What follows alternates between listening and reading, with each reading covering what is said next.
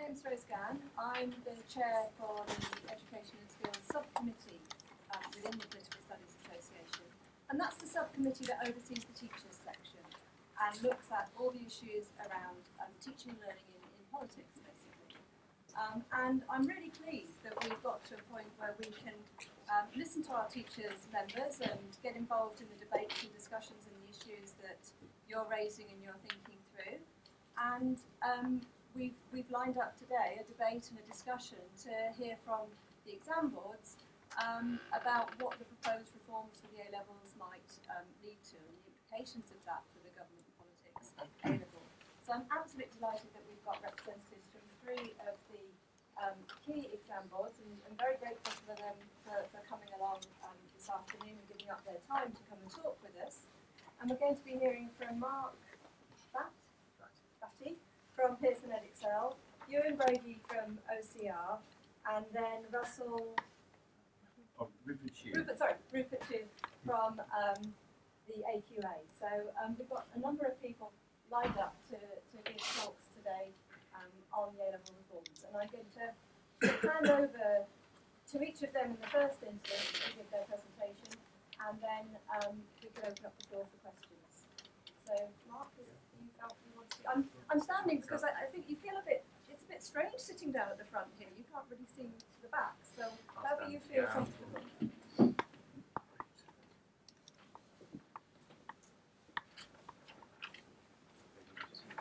Yeah. Okay, good afternoon everyone. My name is Mark Battye. I'm the History Subject Advisor at Edexcel, Pearson. I've been asked today to come talk to you about some of the changes for government politics.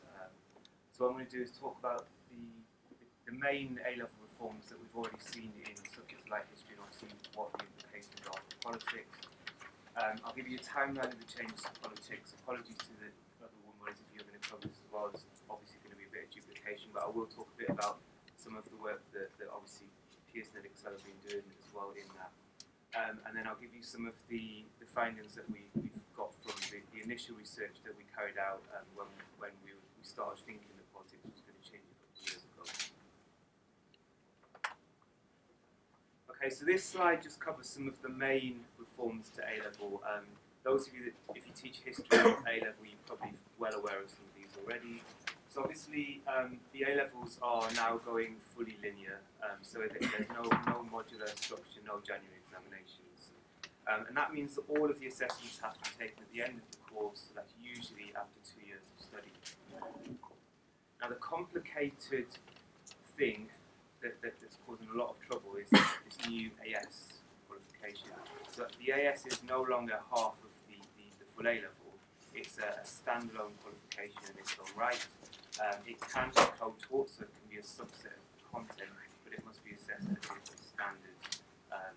So that's caused history teachers in particular quite a lot of heads around. I'm sure it's the same when we get to that. So as I've said, the AS can be co-teachable, so it could be the same content in the first year of study, but it has to be assessed at different standards from A-level. And if they do AS, then they can either walk away with an AS or they can continue to A-level, but they have to be assessing everything at A-level standard at the end of 2 years of study. Does that make sense? Yeah. Okay, so in terms of the DFE and off-qual, it's our understanding that examinations are the preferred method of assessment. So we've seen coursework disappearing from many subjects. You may be aware that history did have coursework and has retained coursework in the new A-levels.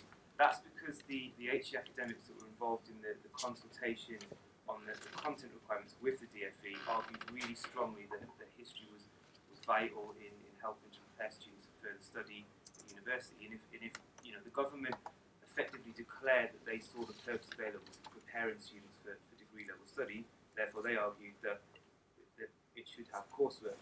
So it will be interesting to see if we do get coursework in politics. I suspect we won't because it's not in there already, but you know, as I said, external assessment is the preferred method of assessment. Okay, so some of the timeline in terms of what we're looking at. So we actually started doing some research with HE academics and politics teachers back in 2012 when we thought that politics was going to be reformed alongside subjects like history. So, you know, obviously some people they may have actually taken part in that research. So we carried out telephone interviews and some online questionnaires with a wide range of teachers and other stakeholders. I'll talk about some of the you know, what we got out of that research after this. So then that all went on hold, unfortunately, because we didn't know what was happening. There are several phases of redevelopment, and obviously now it's turned to look at politics, which would be first teaching in September 2017, and the first full A-level exam would therefore be the summer of 2019. And there's a timeline at the bottom there which shows you how the current spec and the new spec would phase in and out. So the next steps for us then, we expect the draft content requirements to start to be constructed in mid-2015, and the next steps for Edexcel and Pearson is to start putting together a subject panel of experts. Now, if I can talk a little bit about what we've done this in all of our developments for A-level and GCSE. So for history, for example, we had representatives from the subject associations like the HA. We had HE academics from a range of different institutions, and we also had teacher and examiner representation on that panel. And then that panel met up at key stages throughout the development process. So we used that panel to help us feed into the content development. We went to the panel with research, with our spec models, we got their feedback at all the key stages, and then at the end the panel effectively signed off our proposal in terms of the A-level specification. So it enabled us to say confidently that we'd worked with a range of stakeholders and HE in developing our A-level specification, and we'll be doing a similar thing for government politics. And then obviously we'll be looking to develop and test spec models in late 2015 up to mid-2016 when we'll be looking to get accreditation over the summer. Okay, so I'm going to talk to you about some of the findings from our research with HE and some other stakeholders. So, some of the things that we found are that the HE academics didn't specifically look for A-level and government politics when they were recruiting students to politics courses. You know, clearly they quite like to see A-level history as a requirement, but politics is more of a nice to have rather than a must have in terms of A-level. They thought that the government politics A-level gave a good background and basic introduction to the core elements of politics. Now, one thing that came across very strongly from our discussions with HE was that they felt that the international politics was hugely important, and they were very critical of the fact that it just wasn't widely studied in A-level. Those of you that do Edexcel will know we have a Route D or Option D where students can do global politics, but largely as a result of a sort of lack of suitable resources, and I guess over time departments have just focused on building up resources on American politics and ideologies. It's just never really taken off. So I think one of the things we'll be expecting is the HE academics to put a strong case forward for potentially some sort of compulsory element of global politics, because if it isn't compulsory, you simply won't do it. That's my perspective. So I'd be interested in your thoughts on that. They felt that the focus of the current politics A-levels was very, very Western, the British AS, and then what tends to be American or sort of European politics at A2. And just some anecdotal evidence, we've got no hard facts on this, but apparently students tend to find the current A-level a bit traditional and stuff. It's not really current enough, if you like. There's not enough stuff on contemporary levels. Yeah. Some sort of more specific points. So our Unit 2, Governing the UK, needs more on devolution.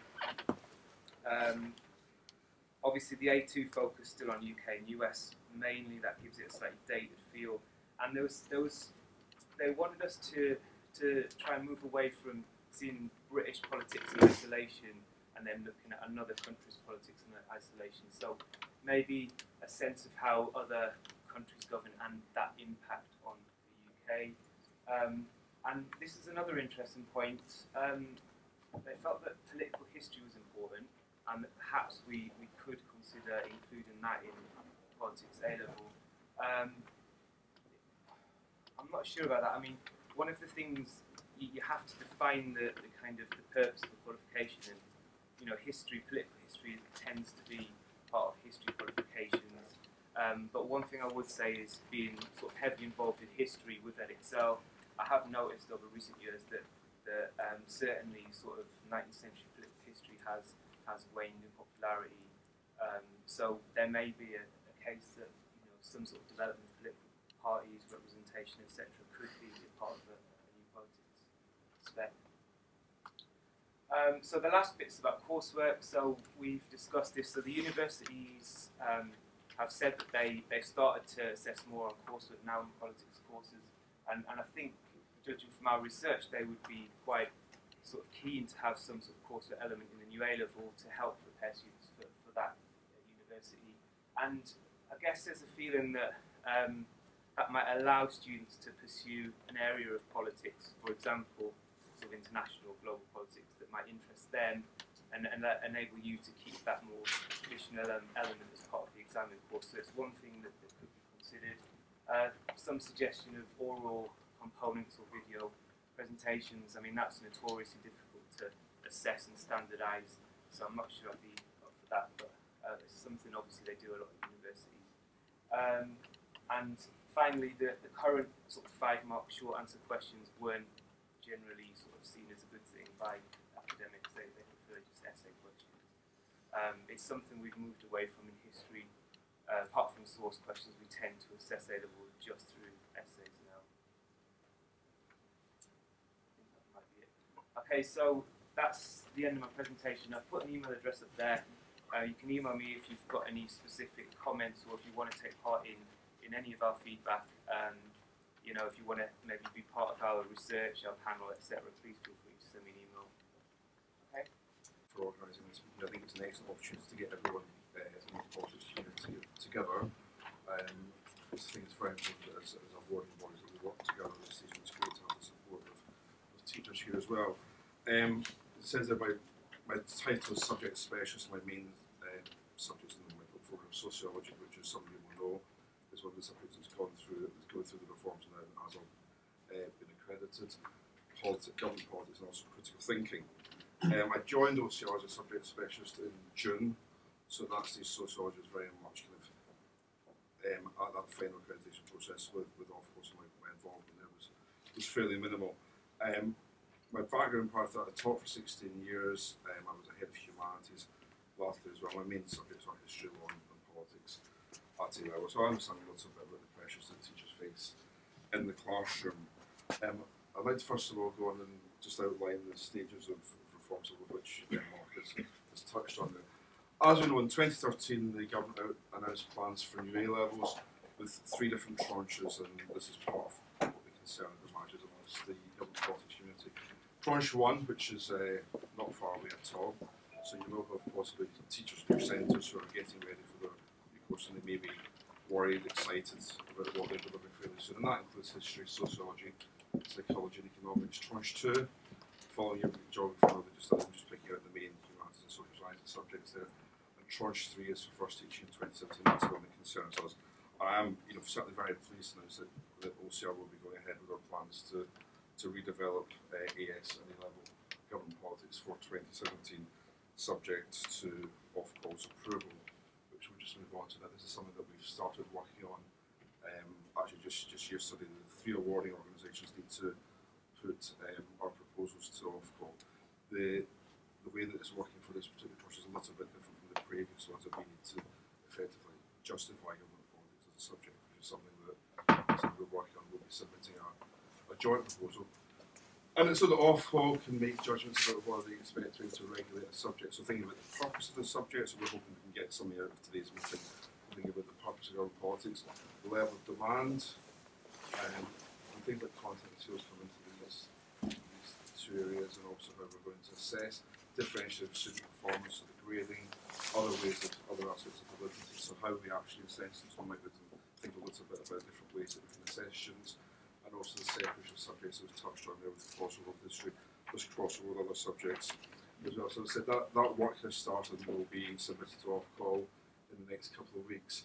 In terms of OCR, there can be some variation in terms of how we work this, but we develop a subject vision about where we think the subject is and where we think it can go. We'll be setting up teacher advisory groups, and there's my email addresses at the end of this PowerPoint. We're very, very keen to get teachers involved in the process.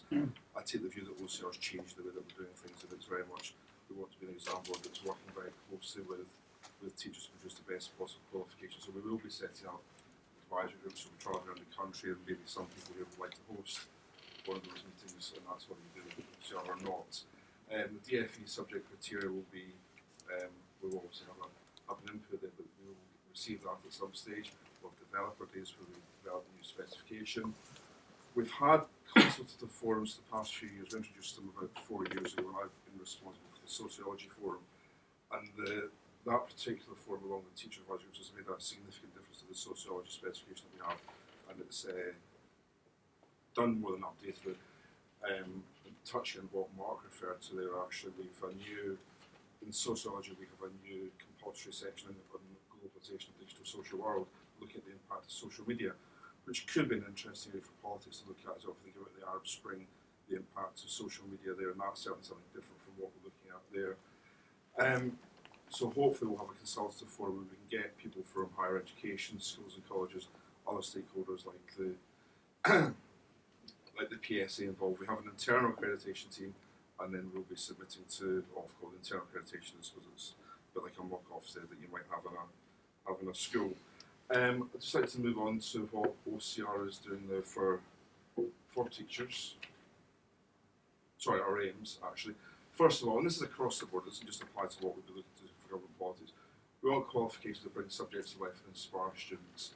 Creating straightforward teacher-friendly specifications have not always been friendly. Some of our assessments haven't been friendly as well. We're looking to think about how we can update the assessments that we have students sitting. And we want students to be responsible and engaged and learn independently. In terms of support for teachers, this is an area where OCR transform. I'm part of quite a large Humanities and language team, but we have a larger education learning team, which is made up partly of qualification managers and also many former teachers. And we are, as I said, really transforming what we're doing. We're moving kind of beyond producing just schemes of work as an exam board.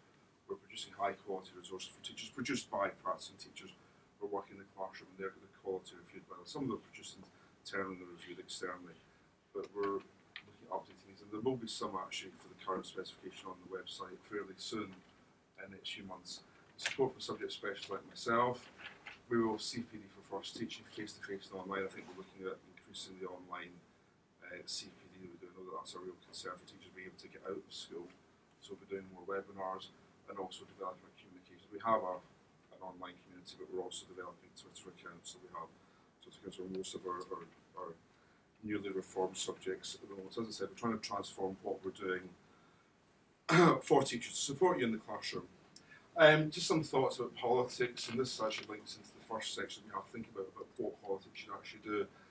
And it's about helping students understand a rapidly changing world. And in that case, we might have to think a little bit about what government politics is offering, and maybe think of maybe some of the content should be changing a little bit. The notion of a compulsory global unit is perhaps quite interesting. I wonder if the subject's been similar for quite a long time. I say that as somebody who taught it for quite a while as well. But preparing students for further study in politics and in other subjects as well, and also preparing students for work in politics, government, charities and international organisations. A challenge that we face is the anti-government, anti-politics attitude. I've got a quote there from Toby Ziegler that I may not quote, but I don't know if you have students that don't watch television or films anymore. I used to find that recently they've stopped doing that. They seem to just spend their lives on their phones. But some of the positive aspects of what politics and government does actually do. And as I said, OCR, we are very, very committed to government politics, and we see it's having a vital piece of the 16 to 19 curriculum. We have some initial thoughts, which I'll share with you. After government politics, I think there's reading some of the work produced with the PSA. There's a recognition that in places it's a little bit dry. We're spending a lot of time studying UK government politics or US government politics and ideologies. They're spending the whole year in that, and maybe we can think about ways that we can change that, because ultimately we want students to do government politics and you want students to do government politics, so we're on the same team there. British political issues, so nations and regions are thinking about devolution, constitutional issue in Scotland, English regional government, lobbying is an issue, but perhaps lobbying could come in as a, think about that as assessment as well. The UK and Europe. Political theory. We have ideology in there, but maybe we could think a little bit about some Plato, Aristotle, Hobbes and so on. That could be a way to refresh, maybe to extend it just beyond recent political ideology and go a little bit further back to a bigger picture of it's a history now. Global politics is, again, it's not an option in OCR at the moment. It should be, it isn't, and it's something we want to get back in there. We're thinking about UN, the European integration, also maybe the politics of water, issues of privacy, and again, social media and the internet could be a significant area of study here. Assessment, do we want to think about multiple choice questions? They are used in other parts of the world. I'm not sure I would really like to do that, but there's something to be said for it. So that's something that we can, these, as I said, these are initial thoughts that we can talk about. Maybe a decision-making exercise as well, which could be interesting. Could be interesting in terms of preparation people might do one day for civil service applications in the UK or for the European Union. Just moving on to that last bit, as I said, it's really important to OCR that we build qualifications with teachers, because they're for teachers and they're for the students that you teach in your room. So we do want teachers to be involved. With teacher advisory groups, we hope to have a consultative forum. We'll obviously need people to help us develop the specification and assessment, and also resources and markers. We need markers, I'm sure you're aware of the problem there. And the more markers we have, the better, really. If you are interested in any of these areas and get involved with what we're doing at OCR, that's the email address, humanities@ocr.org.uk. I think we're taking questions at the end, so thank you.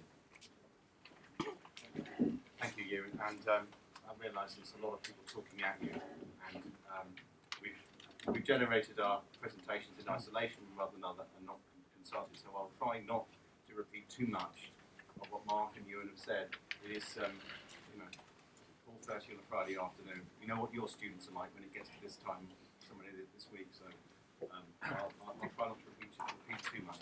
Just as a word of introduction, my name is Rupert Sheard. I'm a Qualifications Manager at AQA. I've been looking after a reform of a number of subjects through Phase 1 and Phase 2. I've piloted the reform in Sociology, Psychology, Economics and Business. I'm currently working on A-level and GCSE Geography, A-level and GCSE PE and GCSE Citizenship. So a lot of the stuff within the Humanities, Social Science as well. I'm here because of that, and also because in one of my many former lives, I was a teacher for many years and a teacher of A-level politics, and having a politics degree, I've been in situations where I've had to justify the existence of my subject to parents and students, and also in September, a 16-year-old comes to my door and says, history looks a bit difficult, can I come into your class? And I only mention that as an aside, because that's the kind of world in which I was very used to dealing with. You know, that we don't quite have the plug-in that the geography and history departments do further down the age group. And so that politics is slightly different. And therefore, part of the process for today is we're all about justifying the subject. And I don't know about you, but it's something that I used to feel I have to do an awful lot of, more or less all the time. Although I do like it when it's around this time of year. I used to like it when it was coming up to election time, because inevitably I'd be asked to run the mock election. So I used to choose the Year 11s to be the candidates. It was really useful then, because it's always in May. They'd do it and they get their friends in their campaigns. And hey, presto, suddenly politics has an issue presence amongst the Year 11s, just as they're choosing their lowest 6 courses. And also elections produce wonderful data and newspaper articles and all sorts of stuff. So there's actually some rich stuff coming up later on this year. Anyway, that's a distraction from from my presentation, which is just an overview of landscape. Much has been made before. I just whizzed through that. The decoupling of AS and A-level, the exams to be linear, government politics in Phase 3. This last point is one I will linger on for a bit. You would have seen the Russell Group report, many of you would have seen the Russell Group report that came out a few years ago. We now have this concept of facilitating subjects. That is, those subjects considered as ones that will gain you access to HE, particularly the Russell Group. The Russell Group reports on their website. And those subjects don't include politics. They don't include economics or sociology or psychology either. So a lot of the ones that often in competition with, they're not there. It tends to be English, maths, science, geography, history, languages. I think that's all of those ones. And there are various discussions at the moment about whether or not you have to do 2 as part of your entry into the low 6 of these new exams. But the Russell Group does mention politics in terms of being a highly valued subject in the same breath as economics. It's seen as tough, difficult, rigorous, whatever you want to call it. It is valued by the Russell Group as a gateway to HE, and they've said so in their report, and they would see it that way. That's where we are at the moment. Again, I'll run through a number of these. The first one is the one I really want to stress, which is the fact that alongside our colleagues from OCR and from Edexcel, AQA is committed to redeveloping government politics at AS and A level. We have done for many years, and we are absolutely committed and behind doing this in the future. And we're looking forward to doing that and working with yourselves and with colleagues in HE as part of the process which the others have mentioned, which is exactly the same in terms of getting there. The second point is an important one to mention, that I think Ewan mentioned it, that the awarding body rationale to Ofcom DfE is different this time. They didn't think they had to get the justification in to redevelop maths, but they do for subjects like politics. So part of what we have to do is to put a rationale together to determine whether it should be redeveloped. I'm very hopeful. There's a lot of good stuff to put in there, and I'm confident about that. Once that happens, we will then, as always, develop the subject criteria, which is the parameters about which all A levels and AS levels will exist. And as we go through, as again the others have mentioned, we're going to be working with higher education teachers and the PSA in drafting, putting together our new specification for accreditation. As others have said, that's going to be happening later on this year and into next year, ready for the first teaching in 2017. What we'll also be doing, as we do with all our other subjects, is to provide a suite of resources, the nuts and bolts things that will enable people to get up and running and teaching. And finally, some principles for redeveloping. It's important to stress that top point. The standard for AS and A levels is not changing. It's hard enough. We are not going to make the A level harder. I had to say, last year when I was working on psychology and sociology, I can't even count the number of times I had to stress this to teachers. It's the same. It'll be the same in phase 3. A levels are not getting harder. The kind of questions they're going to be asked, the kind of levels of content, the depth, the breadth, does not change. It's not expected to change. It's hard enough. What will change, of course, is they're not doing it in stages. They're doing it all at the end. That in itself, if you like, does make it harder. But in terms of the actual standard, it does not change and will not change. So I think there is a feeling that there's a lot of stuff that's going to alter, but the actual standard doesn't change. GCSE is a different matter, but we're talking about A level here, so the standard doesn't change. Much of the day-to-day teaching and learning can be carried over, by which I mean we're not looking for wholesale, big change and throwing things out. But as others have mentioned, the new specs must be relevant. They must reflect the subject. We're not talking about history. If you're teaching the Elizabethans, or if you've been watching Wolf Hall and have been inspired by teaching Henry VIII, that doesn't change. It's the same as it was 50 years ago. With politics, when we're looking at the new specs, it's got to reflect the new world. It would be a bit like when we went through the geography spec back last September and tried to agree on assessing the geography of the UK, and in September, not even quite sure what the UK was going to be. Could we then will Scotland be in there or not? How's that going to affect our new geography spec? Similarly, for politics, we're going to look ahead and map things out. Who knows? We want to put in something about the EU when we might not be in the EU by the end of the lifetime of a specification. That's one of the things that brings politics alive, and why I used to love teaching it, and why I loved studying it, because it's so vibrant and up to date. So, an overhaul of what we're all doing, what's in the criteria, what students study is absolutely right, so that we get that balance that's up to date. Now, but at the same time, doing it in a way which does not mean that your notes that you've lovingly put together over years and years can't just put to one side. So it's a question of balance. And what we are committed to doing is getting that content right for your purposes and for the students' purposes and seeing that gateway. Getting the assessment right, which I know is something that you rely on, but it's something we're also committed to, and the support of the teachers. And that's what we're all about trying to do, being in the teacher's corner and backing students and teachers up all along the way. That's probably enough from all of us.